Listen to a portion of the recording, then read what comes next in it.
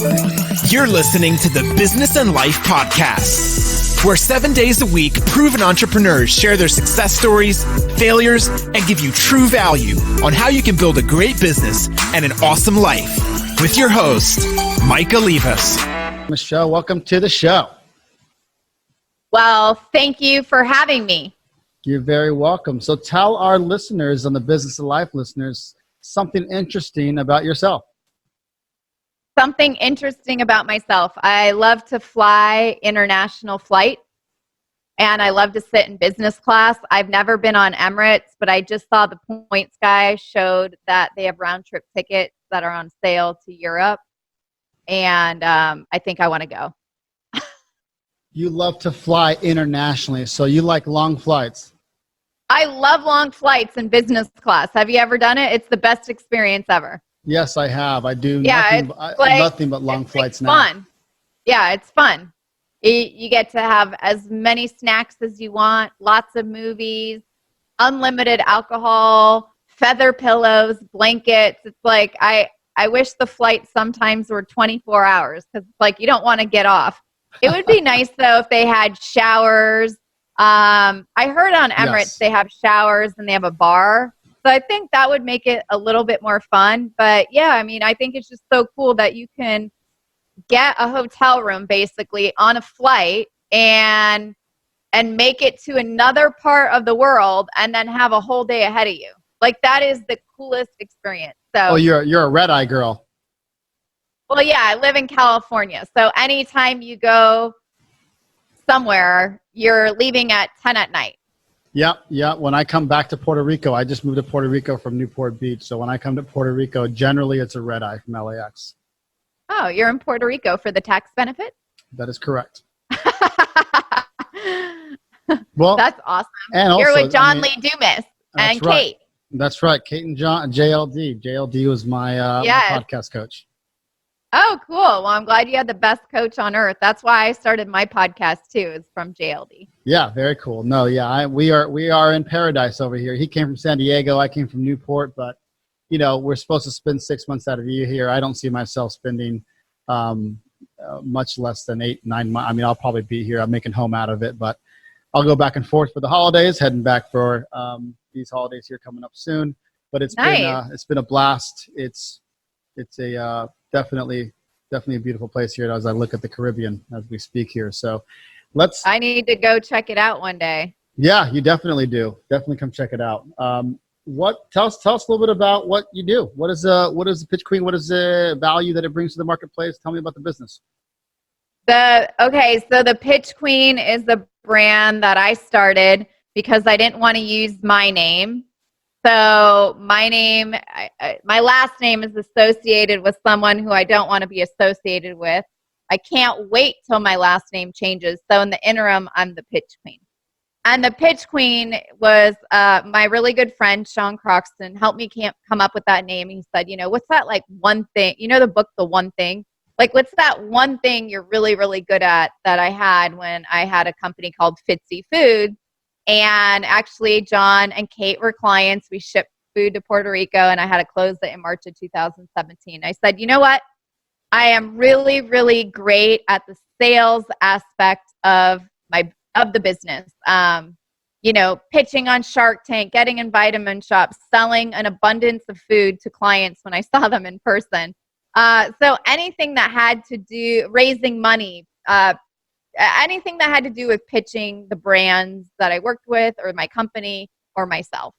And so that's how the Pitch Queen was born. But ultimately, I help service-based business owners who sell high-fee services, sell with confidence, love what they do, and charge a ton of money so they can have the freedom and flexibility to do what they want when they want on their own terms. So they don't work with a ton of clients, but they work with the right clients who pay them exactly what they're worth for their specialized knowledge.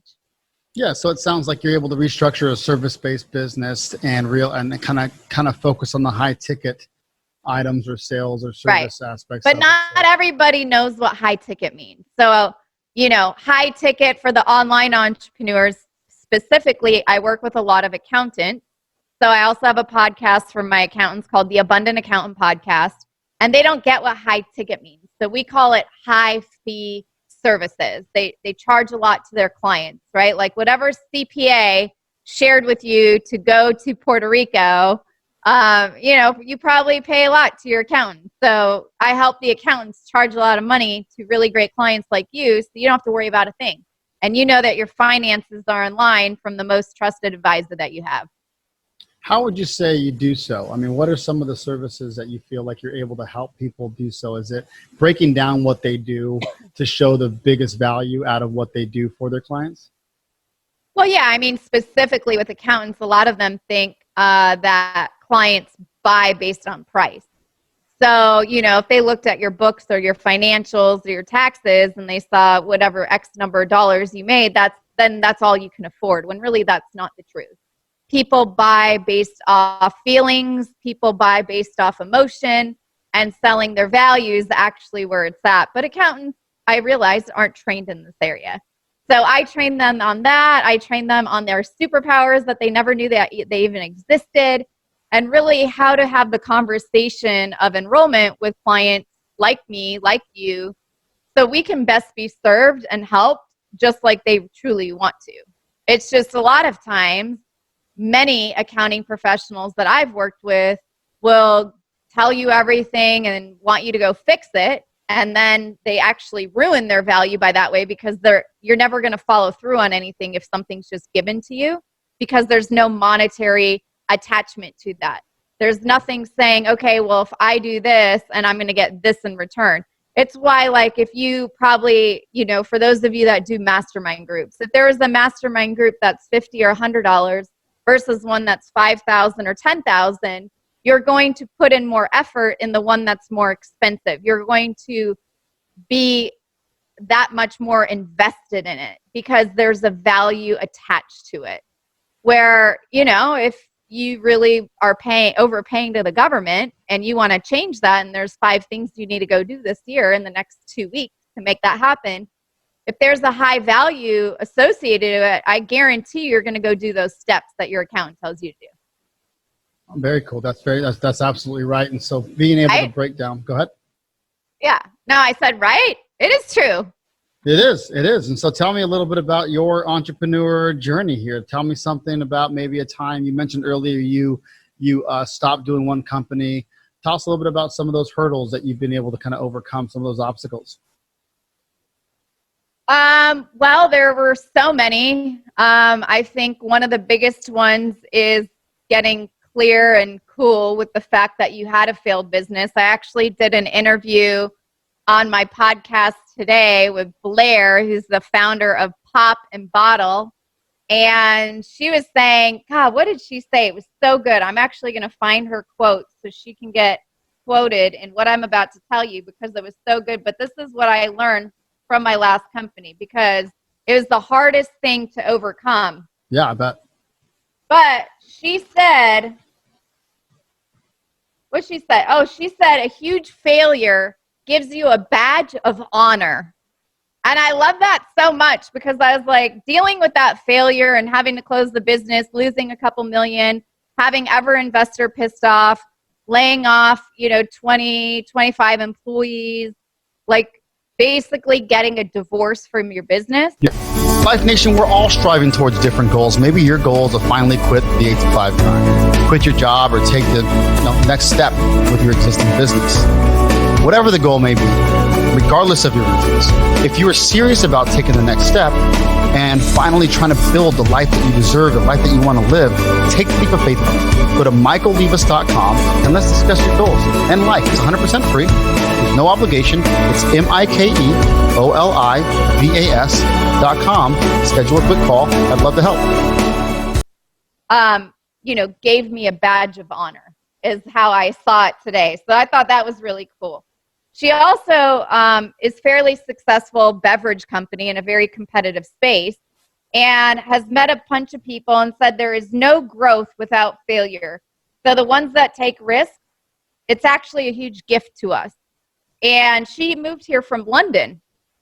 And in London, taking a lot of risk and all that isn't looked as high upon as it is here in America, especially if you're in LA, San Francisco, or New York. It's like the riskier the transaction you did or business, or the bigger failure you did, the bigger your badge of honor, or what did I say? Yeah, badge of honor is. That's right. So having to get and accept that was probably one of the biggest challenges that I had, because I was trying everything to keep this thing afloat. And then the investors were like, no, we're done. What was your biggest takeaway from that, Michelle? My biggest takeaway is that if you actually just embrace what's happening and not fight it, that's where the magic happens. And after that, that's when the Pitch Queen was born. After that, I mean, I've helped so many people this year. I wouldn't trade it in for anything now. But in the moment, I'm like, well, how am I going to, I mean, people still emailed me this year, like probably 2 people. Can I get some food? Can we work out a deal for my gym? You know, like people still 2.5 years later don't realize that that company is gone and like long gone. Yeah. You know, and it's your identity, right? Like my podcasts are my identity. You're everything you're doing and starting now is now who you are. So if something happens, like, here's another thing. I went to my Apple podcast today and looked at my reviews, and there were a couple not so nice ones from October 8th, because one of the guests that I had on my podcast did something really dumb and got shamed. And then I had to delete all her stuff off my website and podcast and everywhere, but I did it too late. So they were saying that I was doing this bad stuff. So now you get to deal with that. And it's just like, after you've gone through some massive failure, like I did with closing a company and losing a lot of money, all this other stuff is little. That's right. It doesn't even faze you anymore. You know, you get like immune to it and used to it. So like she said, it's a gift. It's a huge gift of what happened. You know, and for the investors, they had a huge tax write-off. So I guess that was a gift to them, you know, if I look at it from that lens. But to have the business I have today, to help the people I've helped today in a different way, instead of changing their lives one meal at a time, for me is a gift. But in the moment, you can't see it. And so what I would say is that in the future, you will be able to see it. That's right. There's a lot of learning. Well, in the moment, obviously shutting something down that you had so much time vested into, and it was your brand, it was kind of how people knew you, and then you shut it down. You know, I think at the end of the day, those kind of challenges become the new message, right? And then you come up with something new, and it's exciting. You get reignited into a new business. What are you excited about right now, Michelle, within your current business? Well, let's see. I am excited for many things. I am doing an extra episode every month on the Abundant Accountant podcast, sharing a case study with a student of mine that's transformed their accounting firm. So that's really exciting. I also spoke at Intuit's big conference called, it's called, I don't even know what it was called. QuickBooks Connect. That's what it was called. And I might be working with Intuit to help some of their clients on the sales side, and really helping partners in different accounting firms learn how to have a cohesive sales process so they can have a better client experience for their clients. So I think that's definitely in store for me in 2020. And just enjoying life. I'm ready to get on an Emirates plane. That's next. Going on an international trip. I'm going to Manaus, Brazil, in March. I was told they have the best acai bowls in the world, and I like a good acai bowl. So I'll let you know how that. Way.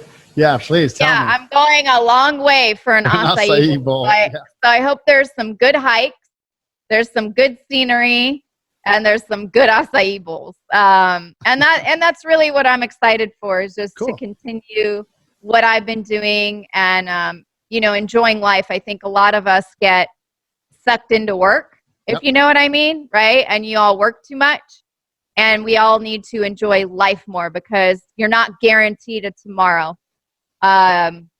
So don't take every day for granted that, you got the gift to wake up and you got to have another day, and that you never know what's going to happen or when's your time. So you might as well live life. Oh, I'm also going to go to space. I'm going to space with Elon Musk. Oh, yeah. Is there business class there? Oh, this is better than business class. This isn't a rocket. This isn't a rocket ship. I am going to space. When is that happening? The second he puts out where he's taking people to space. I think I got to wait another couple years. Yeah, maybe just a couple. Yeah, but I'm ready, Elon. I'm going. I'm not sure how the acai bowls are on Mars, but I'm looking forward to hearing that review. I don't even care how they taste on Mars. I'm going to space. I wanted to be an astronaut when I was a kid. So I had like the white suit and I had the white hat. I need to ask my mom how old I was when I wanted to be an astronaut, but I am going to space. So that is I'm making a new vision board right now. So I got to put that on my vision board. There's your chance, obviously. Well, Elon, yeah, we hope that Elon can wrap that. He'll make it happen. Soon. Yeah. He's got a cyber truck. He just went all out with that thing.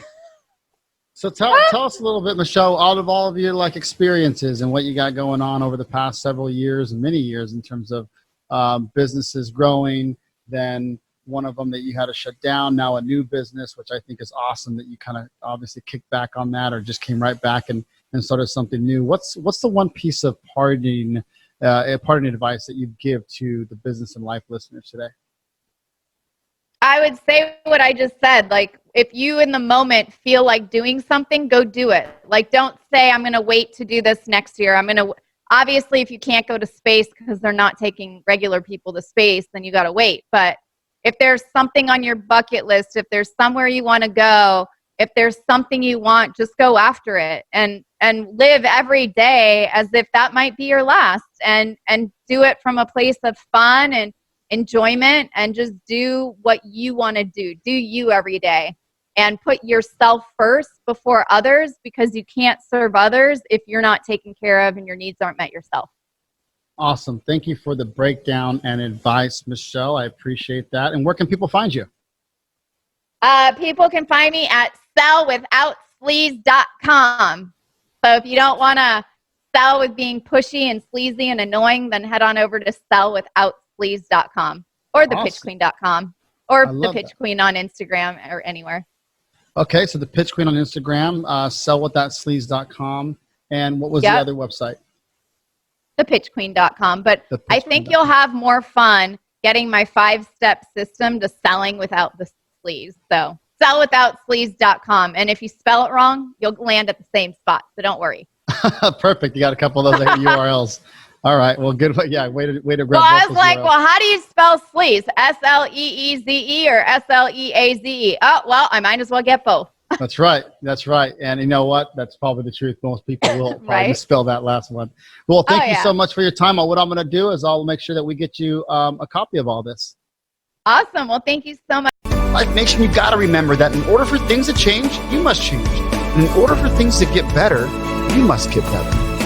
You just got better by hanging out with me, Michael Libas, and the Business and Life Nation. So come back tomorrow, because I'm here dropping sound bombs 7 days a week, baby. If you'd like to subscribe, please do, so you can take action and execute. See you tomorrow.